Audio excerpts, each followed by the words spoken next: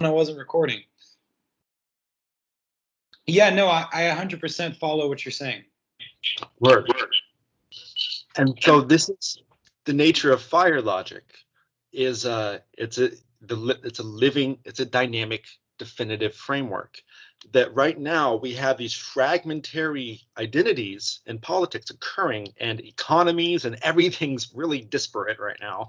In the sense, is because we lack uh, a, a, a dynamically symmetrical metaphysics by which to align our definitions with each other.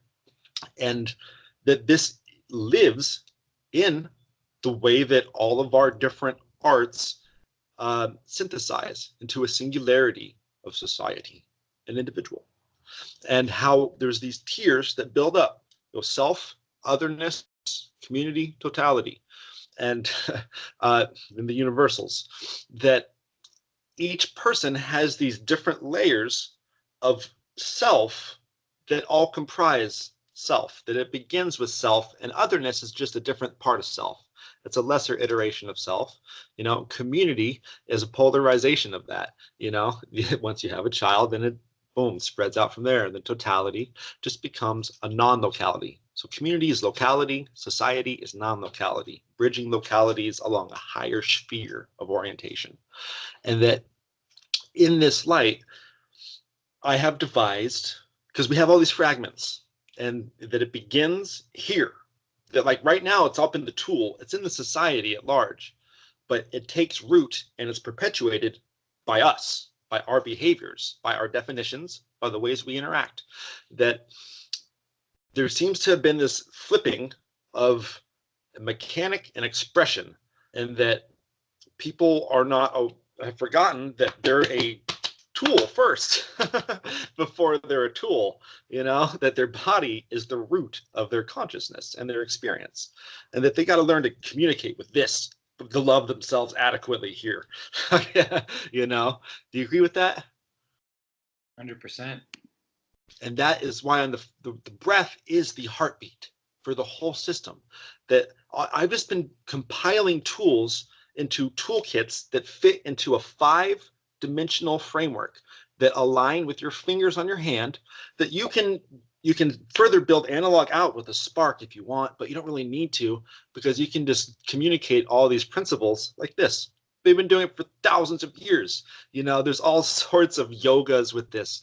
And so this is just to let people know, hey, this is the first technologies that ever existed. This is what got us here. These are the roots and foundations of our consciousness. And this is how you take all of these unconscious routines, the trauma routines, our just convenience routines or technologies have given us, and you start to slowly pick them up into conscious effort and harness them into intention, and to integrate them into a full symmetrical identity that then can integrate and start to edit the higher framework. And that everyone has this power because it's just what consciousness is. And that here are these analogs of doing this, of integrating self, of healing trauma on your own via these methods of conditioning your cerebellum along these physical things that you intentionally, just over time, you boom, heart of stone, you just turn that shit off. that like whenever I feel really bad, it's been a long time, but when I used to have these horrible emotional, I would just like hold myself down, heart of stone, and just wait until it went away, and thought myself through it and found how I was being my own problem. About the breath. What's up? Only you had known about the breath. I know, right? Because that really is like, you would be amazed at how when you get in those states, you just take like fucking you. Well, first of all, this is something that's really important to realize. You can start to read people's minds by the way that they breathe.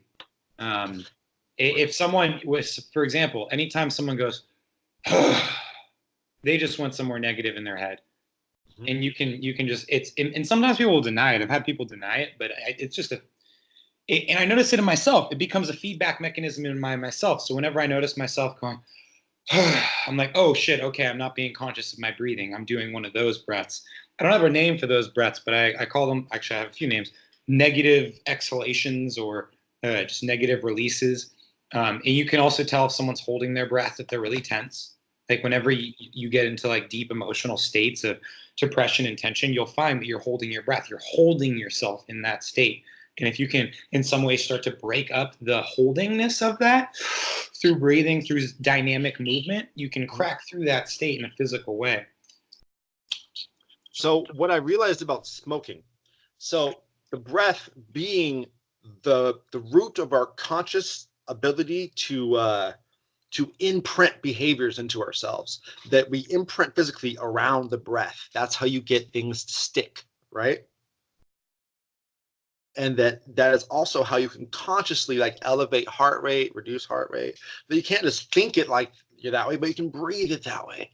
That in that light, it is in that fundamental root of our consciousness, because that is like the root of our consciousness, because that's like back when bacteria bifurcated from aerobic and anaerobic.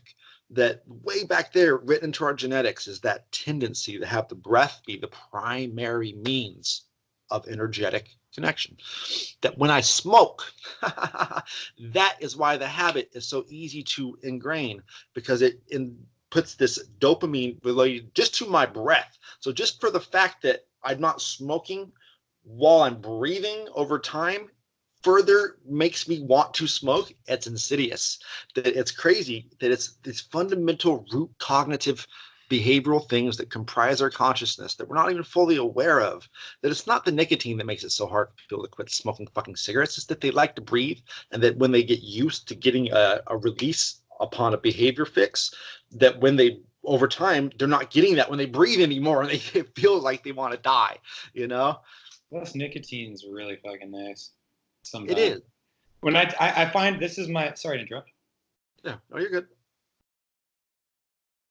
I was just gonna say, I find if I don't smoke for like a week and then I smoke one spliff, this is my first spliff I smoked in like 5 days, 4 days. It's like it's really nice. like this one's really nice right now. But then and I have about like 3 or 4 more spliffs where it like is kind of nice, kind of nice, kind of nice. And by the 5th spliff for sure, it's like it loses that niceness and it becomes just like I'm not even getting high off it anymore. It's just like something to like fill a hole. Becomes a hole really quick. It becomes a hole really quick, but there's like this small period where it's like it's really nice if you can just like use it once every 5 days. But like that's so hard. Hard. But just the whole, all things considered. One more thing I want to drop on you before I forget about breathing. So a lot of people have a tendency to breathe really shallowly as an unconscious habit. They breathe in a way that's just like through their mouth, just coming into their chest. That's the cause of a lot of problems in the world. The one way that you can do that, and this is something new that I've just been learning, is, and I have a long history of this. So my history with breathwork is like I learned the yogic, right? And in yoga we do this thing called I need to remember the name of these things, these words. It's important. I have Google. Do this method of breathing where we breathe through our nose the whole time, and we breathe in a way as if you're trying to like fog a mirror up. So you breathe like,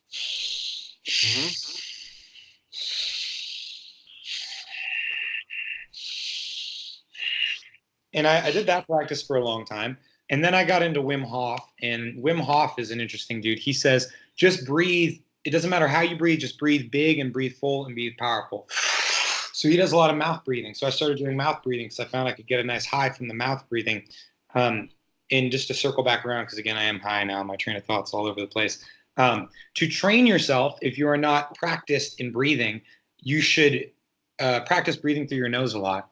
And one way you can do that is like taping your mouth shut as a mechanism to force yourself to breathe through your nose, because breathing through your nose activates your deeper breathing muscles. You have 2 pairs of breathing muscles, your primary and your secondary.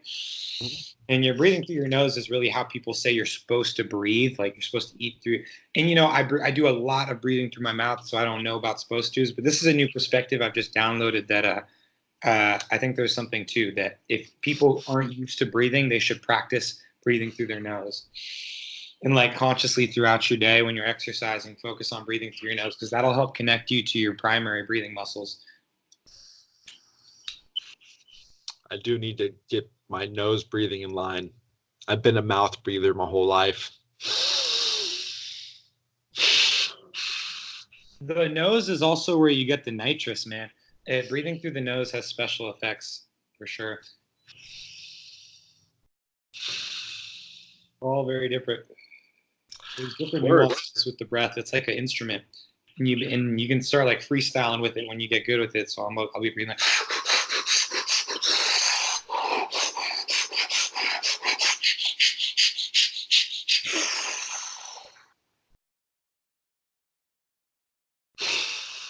Word. Nah, I got to get into it because this is the only way I'm gonna quit smoking, dude. It's the only way. I realized that while I was doing that breath work earlier. I was like, yep, this is going to be my solution. So I love it. It's powerful.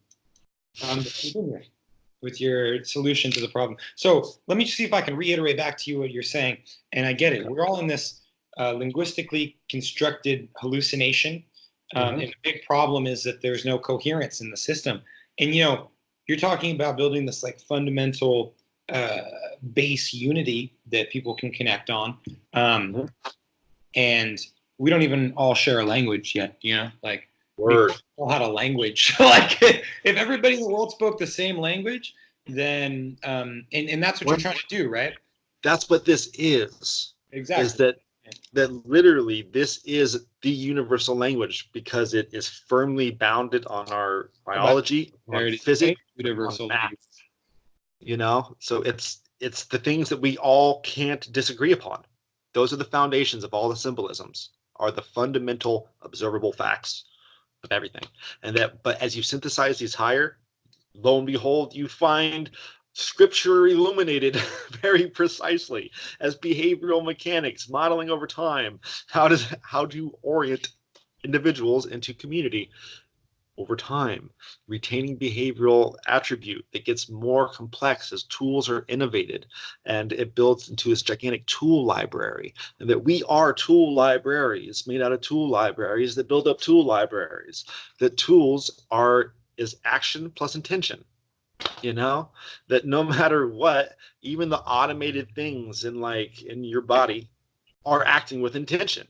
They want to do their jobs. That's what it means to be alive. So how, again, I'm always trying to extract the goodness.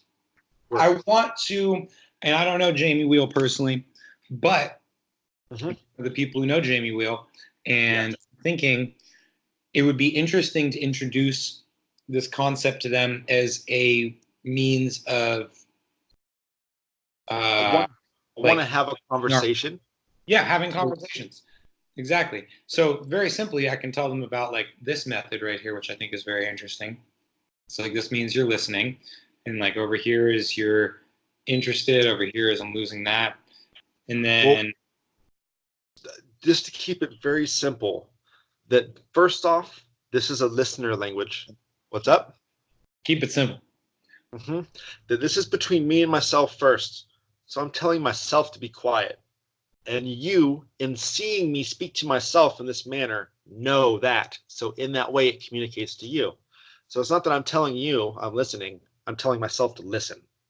And I'm constantly conditioning that. And that there's a very, very fundamental, to say, meta logic to this, that it means something more than this. But I don't need to go into all that. Yeah. I'm trying to sneak it in as a useful tool, and then we get into the meta logic because people are open to that. But I think if you show them the applicability, then it's like. Well, here's the thing, is that via this process, because this is the most basic of toolkits. What I've been doing to great success is going and via using these valid paradoxes of like mastery of tools does not live in its absence, but mastery of weapons does. Everything is perfect all of the time. And being able to break these down in terms of their experiential problems in the moment in their language, that I'm kind of doing this like auto therapy perpetually. And I go out into the environment and just engender prosperity into the minds of the populace And in so doing, am gaining all sorts of these avenues and doors are opening up, and all of a sudden things are communitizing in this weird way. And that what this represents is a means of synthesizing oneself into this means of editing the collective unconscious on the fly in perpetuity within one's intention. I'm going to steer you on back course here because I myself am a little foggy on this shit. It's your left hand that is the listener. Is that the system? And then like the right hand is when you're ready to speak. Listen, speak. So that's the left hand is listen, right hand is speak. I need to make note of these things. If the hand doesn't switch, it doesn't mean. So if my two fingers come up here, it doesn't mean speak. My hand must switch to speak. This is me communicating what's inside of me, that I've communitized these gestures for myself. All right. So it must switch. You can do whatever you want here. That's just for you and you. This is for me and you. Does that make sense? That there's self and there's otherness. Yes, but I'm going to simplify it again. Left hand is practice of listening. This means I'm focused on what you're saying. Right hand is like I'm still listening, but I'm ready to contribute something. But also, it's very important to note that first, this is a command to self before it's a communication. That it's a means of instilling behavioral patterns. I'm clear on that. I get that. That's awesome. Now let's play this. Let's play this. This is asking permission to speak. Sorry, I interrupted to say that, but but that is the point of this. It's not just to tell you that I want to speak. It's to let you know I would like to, and so that you may then be like, okay, cool, finish my sentence. There you go. That's a question. That's a question. Okay. So let's play this out in a real world scenario. And there's 5 people. We're at a conversation. One person has the floor. They're speaking. Everyone else is listening. They're in listener mode. And 2 people go to have something to contribute. Does the person pick someone? Like, how does... But here's the thing, and this is where perhaps the snarl keeps occurring, is that before one even gets to that stage you just mentioned, they've got to go through the stages that I keep trying to draw it to. That this is just the listener language. This is for someone to do just for themselves. That to add these other analogs require further tools. You know, you need fire logic to learn how to use logic gates on the fly, to how to, what dimensionality of definition means what, so that you know how to integrate your group very easily. It sounds super complex, but it's not. It just takes a little bit of... Or I like this volume thing you had going on. You could use that as a way to decide. So like... But that's why I feel I just need to make a video. What? That's why I feel I just need to make a video that's like very just short. Dink, dink, dink, dink. I'll tell you what, you're making a video right now. But yeah, so okay.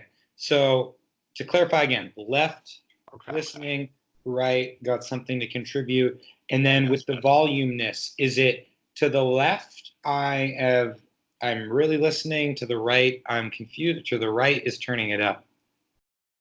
Okay. To the right would be turning it up. But the problem with this is just like when you were teaching me Mace, it's a bunch of assumptions we're going to have to destroy later.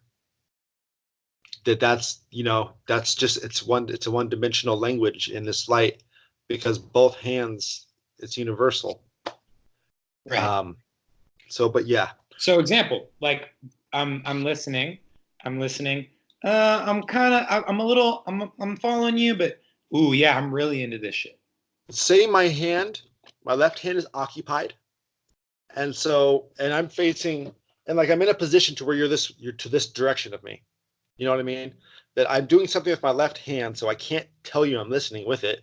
So immediately my right hand comes up. The first hand that came up set the prime constant for the emergence. And so the direction I'm facing towards you here, this is telling you volume, because I'm engaging further, that I'm not going to pull my hand away, because this is just the demonstrative model of a two-dimensional, like if it was written down on a piece of paper. It changes when in conversation because things are dynamic. There's always going to be different shapes to things. So this is just a means of orientation that, Well, yeah, you recognize that in order to introduce a concept to a group of people, I have to have a like simplified version of it, which then can be used and then can be further discussed once it's used. You know? yes, but I feel that a lot of the value is lost in it being too simplified. I get that. That's the case with a lot of things, but you got to Yeah. start simple and build up from a foundation, right? Like you can't learn all. You can't just pick up a mace and 360 uppercut, sword swing. Like No. it's steps, it's basics, it's Mhm. foundations. So like we'll bend the lines, right? But I mean, first I gotta establish some like I need some floor to stand on, and that's what I'm trying to get here. So for Mhm. now, taking into everything you said into account, we could say left would be less and right is more. So if two people both had something to say, someone could say, I kind of have something to contribute here, or man, I really have something to contribute here. And then that could Mhm. be kind of a gauge of like who's the next person to speak. Mhm. And it's not the tool, but it is a tool of communication that Mhm. is similar. Okay. I would say it like this. Yeah. Just in that light, listen, speak. That with this heart of stone, like all the other shit aside, just lets you know is that you have different dimensions. So this is requesting to speak. This means I'm speaking, and it tells you who I'm speaking to. So just from there to there. Is that simple enough? Like if not two-dimensional, that this tells you who, and this could be how it would work with multiple people. Because it could also tell you who you're listening to. This hand listens, this hand points. So if someone's trying to get your attention over someone else, it doesn't matter. You're listening to this person, and it's clear. Or speak who you would like to speak to. And that's in a small little nutshell. So I'm gonna introduce this to my friends because I think it's an interesting way of like conducting conversation and discussion, and I find it really useful as a practice. Um, and I think that's a good entry point. Just like two things, like because that's like I know that it's infinitely more complex than that, and you have layered symbolism upon everything. Um, but baby Well, steps. this is the third stage, is where I'm getting caught up, is that it begins with this, that this is the simplest way of communicating it. That this is after we've already gone through get to know yourself, fire logic. This is Ayn Rand Shaw. But yeah, that's just why I'm getting hung up. It doesn't matter though. I work with what is given to me, and I thank you for the opportunity. I See, well, love getting high and talking to Reed. Wait, hold on, one I of got the primary things I'm seeking to demonstrate with these different models is how much can be done with how little of fucking resource. That I learned two basic braids, and I've made all of these with two basic braids and beating. And just being creative by how I kept reapplying those back to each other in different formats with different materials. I'm trying to show people how much they can make with how little. Check it out. So ultimately, these are going to be like Pokemon, Pogs. That there's this whole fucking analog. See, boom. Oh yeah, by the way, fossil. one. There's a fossil on it. Nice. Yeah, right. But it's also got a lobster clasp that just clicks on there. And so what you have is an interchangeable Ah, flame fire for your bracelet. And interesting. so when I get done engineering the parts and figuring out the machine shop to make them, every single thing is going to become interchangeable with each different layer that you can mix and match and just build your own. It's like a transformer. There's going to be sparketypes that you pretty much you generate with these different properties that are. Types. You think you're clever, huh? I know, right? You like that, don't you, though? Dude, come on. That's so branded well. Come on, that's fucking. I love it. Um, and so it's just going to be this, yeah, so you don't have to have like 10 different ones you switch out, that you can build 10 different ones if you want, but you can also have your one that's constantly shifting and changing. That's your hands of fire. Whereas your heart of stone is always the same. That's between your left and your right. And there's all these like different game analogs for how people can begin to, well, kids, high school kids, I think like Magic the Gathering. I'm taking like properties from that, properties from Risk, properties from all this shit, building the God game to be a pretty much the idea is an analog social media network. That it's the new Facebook, but it's one that's done, it's digital. Instead of texting, you learn how to use your digits to communicate. And that and that along this constancy of symbolic framework that starts very simply, left hand, listen, right hand, speak. That those are the four bases that you keep adding more properties onto. That you start with, I am the only problem I've ever had. And this, holding this in this light, is my recognition that a problem is only an advantage that has not been seized. that there's one or the other. And so I have to seize and start to act with intention perpetually in the space between. That if I'm not doing something actively with my hands, say using a mace, then I put this on, boom, boom. And when I drive, whenever I'm doing something, I integrate it into myself. And so as I Stretch my finger. okay, word. Wow, word. I wasn't obeying my own rules because you didn't change hands. Beautiful. So it just it becomes this perpetual means of the modern yoga for identity. It's a spindle property that once you minimize free energy, that the free energy principle, there's no such thing as free energy, that there's only unpredictable energy. So that consciousness, when it encounters deviation, it's surprised, wants to establish symmetry. This is where art comes from. All art comes from this root, establishing symmetry for consciousness. That what was I talking about? That's fun. Oh, yeah. I was wondering, do you have like in your crafting of these models, are you weaving some? You're weaving some sort of sorcery of symbolism, I assume. Well, but that's what I'm trying to describe is that yes, but it's in.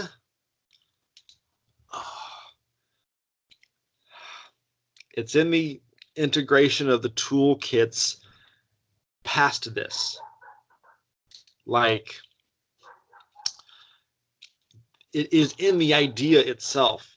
The tool is a hyperdimensional toolkit in the mind that you can align every aspect of experience around to make everything make perfect fucking sense for you and to take away all your excuses. And to show you how to do the thing. So when you don't do it, you're making a fucking excuse. That's what I'm contending a lot with these days, personally. But it's also a way. God damn it.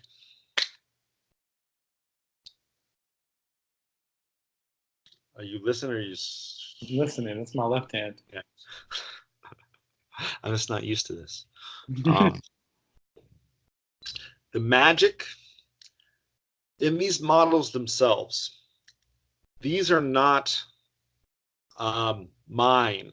Like I use them. I acclimate myself with them. I test them out. They're modeled to my hand and whatnot. This one is mine. The magic in this one lives in its extremity of simplicity, in the organicness of its materials, and in how much time I have developed a relationship with it. That I know this thing, it knows me, that literally I've worn the surface of it with my hand, like 2 years now of almost near perpetual relationship with it. And that's where magic lives. Magic lives in open, honest, perpetual communication of parts in unison, identity in motion. And so it's in how to make all your unconscious things become conscious things. That's where the magic is. I don't put magic into, okay, this many knots makes this spell happen. No, it's action plus intention in the motion of it. It's in the use of your tools that the magic happens. That's where things come to life, when they're moving, not in our definitions of them, but in their use. And this is just to align for action. We talk so that we can align for action, and people have forgotten that. And then they think that problem lives outside as opposed to inside, because this is already perfect. I'm out of alignment with this thing. This thing's not out of alignment with me. I need to get in alignment with this thing, and then I'm in alignment. That's how you align. And yeah, so that's the basics of the physics for this, for the magic part. I don't like magic. It's logic with a K. Like both. Okay. Word. It's not that I dislike logic, it's that I'm branded. Logic's fun. Beautiful, brother. Well, Oh, thank you. it's always a pleasure.